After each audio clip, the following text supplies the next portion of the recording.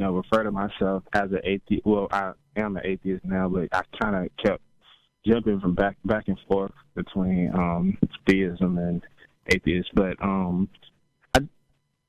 something that really, one of the biggest things that was in my struggle of trying to just totally leave theism is I just want to tell you guys a story about something that happened between me and my girlfriend one time. We was leaving a restaurant. Mm-hmm. Okay. We was leaving a restaurant, and then we walked out, and we was basically it was cars passing by, so it was by the mall, so we were just basically just waiting by the curb, and then there was a guy who basically he was just standing there, and then so we started walking towards the car. He started following us, and he was like, "Hey y'all," just talking to us, and was like, "How can I pray for you guys today?" So I was like, my girlfriend, she's a Christian and she believes all this stuff. So I'm just walking. I'm like, well, we about to drive back home, so I guess just prayers for safety travel. So just to get him out of here. So then he says, oh, okay. Well, he said, okay, I'll pray for that. And he was like, are any of you guys sick, or you guys have any illness or anything? And at the time, my girlfriend was going through a real bad cold. So and she missed a couple of days of work for it and everything. So I was like, yeah, well, my girlfriend, she's sick. And he was like, okay. And he was like, what about physical pain? Do any of you guys have any back problems or anything like that? And I was like, I said, well, I have scoliosis, so so that's that's weird, So he was like, okay, cool. And then he looked at my girlfriend, gave her a weird look, and he was like, he said, do you like kids? And then my girlfriend said, yeah. And he was like, but not just kids. You have a soft spot in your heart for babies. And she was like, yeah. But what's crazy is my girlfriend, her family owns a daycare that she was working at the time, and she worked in the baby room, which was just blew my mind. It was crazy. So so I was like, wow, or whatever. So then he he looked at me and he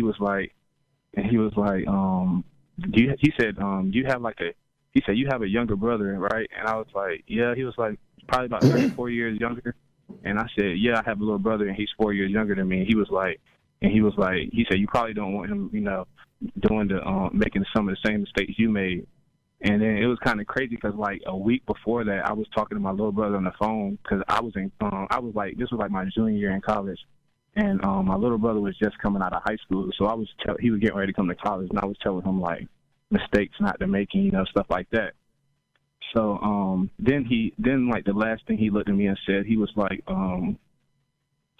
he said, yeah, man. He said, you have you're struggling in your faith with God, right?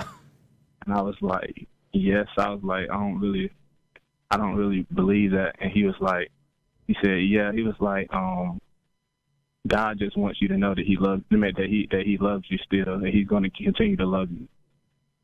And then I was like, wow, okay, or whatever. And then he was like, I'm sorry for offending you guys, but I just saw you guys over there, and something told me to come pray for you guys. And ever since I've been over here, God has been speaking to me. And so he basically told us a prayer, and we walked off. But I was just wondering, and I know that's kind of an anecdotal testimony, as far as the way you guys see it, because you guys have no reason to really believe that he did that. But for me, it happened. So I was just wondering, if something like that happened, how would you process that? How would you, and mind you, I don't believe in God. Mm-hmm. So first thing I want to ask, I don't want to assume that you have a stalker, but the main thing I wanted to ask is, have you heard of cold reading? Yeah, I wrote that down. Shoot. Maybe you should take it there. Oh, no, go ahead. Finish your thought. What? So have you?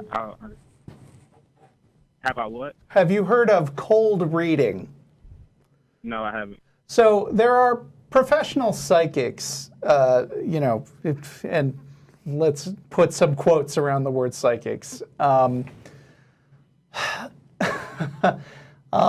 There are a lot of documented cases of this happening where basically if you call a phone psychic or you go to a reading in one of those cheap storefronts and they say they're going to tell your future, a lot of times what they will do is kind of fish for information in a way that you don't notice it happening.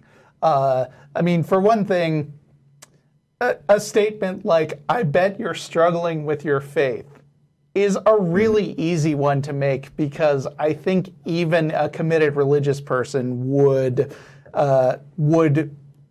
dig for something in the back of their mind that, I mean, like everybody struggles with their faith at some point. So there are the kind of statements that are so vague that they could apply to absolutely everybody. And if you're a psychic, like throwing out something random, like for instance, "I bet you have a little brother." Again, that's true for a lot of people, but if you had said no, they can still recover because they were like, "Oh, I'm sorry, I didn't mean a brother. Let me think again. You have a sibling, right?" And you could be like, "No, I don't have any siblings, but I have a niece I'm real close to." And they're like, "Yeah, I was thinking of your niece."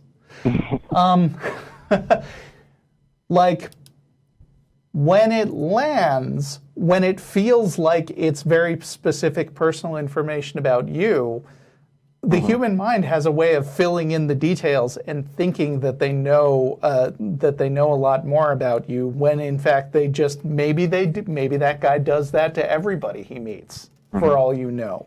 Yeah. And another good example is, "I bet you like babies." Well, most people would probably say they like babies.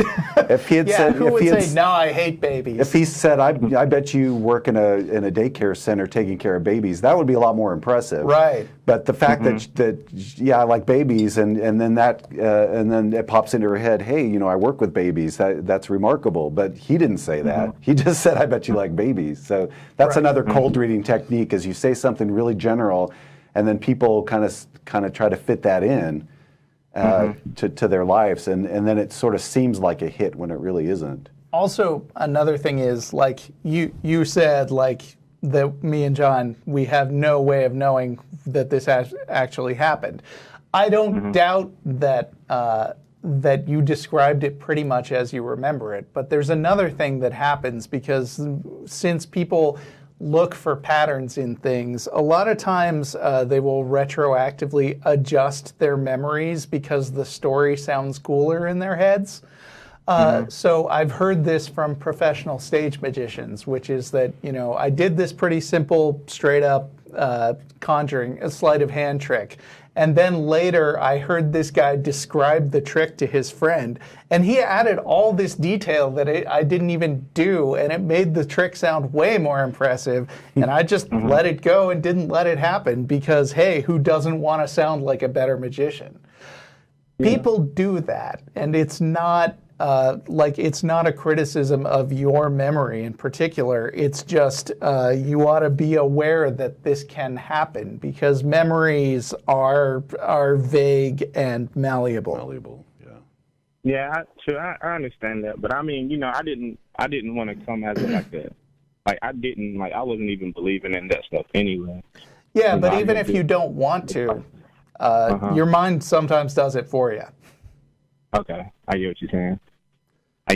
Well, thank you. I kind of went through like a process. I did believe in God, and then I kind of did research on the Bible. Then I was thinking, oh, well, the Bible is terrible because I'm African American, and as far as the whole slavery thing and stuff like that, and with the Bible being a part of that, I used to always ask people if a slave owner is reading this Bible and a black person is reading, and an African American is reading this Bible, and he sees the thing about slavery, he's going to think what he's doing is right and stuff like that. So I kind of went through that, and then historically there are a lot of slave owners who wrote at great length about how much the Bible justified them.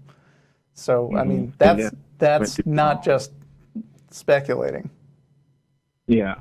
and then I went through this stage of like I have no reason, you know, like with how do I know that the Bible's true, and how do I know that all of these things are as accurate as people think. And I used to always wonder like how people are like. I used to always think, even when I was growing up, I would be like, how do other people who weren't Christians, who believe their own religion, how were they like just as confident as like all these other Christians who think that they're right? You know what I mean? Yeah, So I used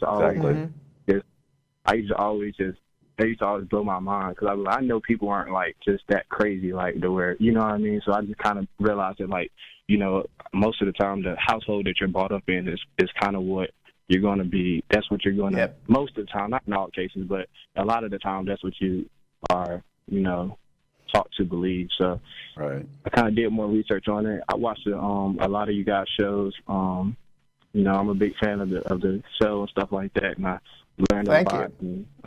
And I think it's really helped me a lot. And you know, my girlfriend thinks that I'm working for the devil, but but I mean, she's still with me, so maybe it ain't that big of a deal.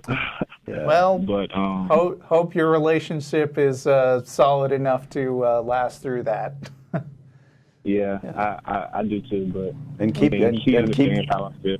And keep thinking about it, keep questioning it. That's good that you're examining stuff that you're told, and she, you know. And that's the thing that gets me. Like, I don't understand why some some Christians like they don't even want to hear like any possibility. Like I used to always tell my girlfriend, whether you disagree or agree, like you should still want to get as much information to form your own decision, instead of just ever since you're born, all you're taught is everything in the Bible is true, everything in the Bible is true. Like, you need to form your own opinion, and I thought you guys show really helped me out with that. So I just want to tell you guys thank you, and you know, keep doing what you're doing, and thank you for answering my call. Well, thank you. Appreciate it.